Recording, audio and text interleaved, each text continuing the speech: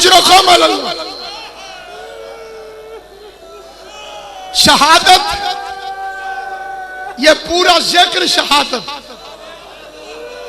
مچھلی کا خون نہیں نکلتا.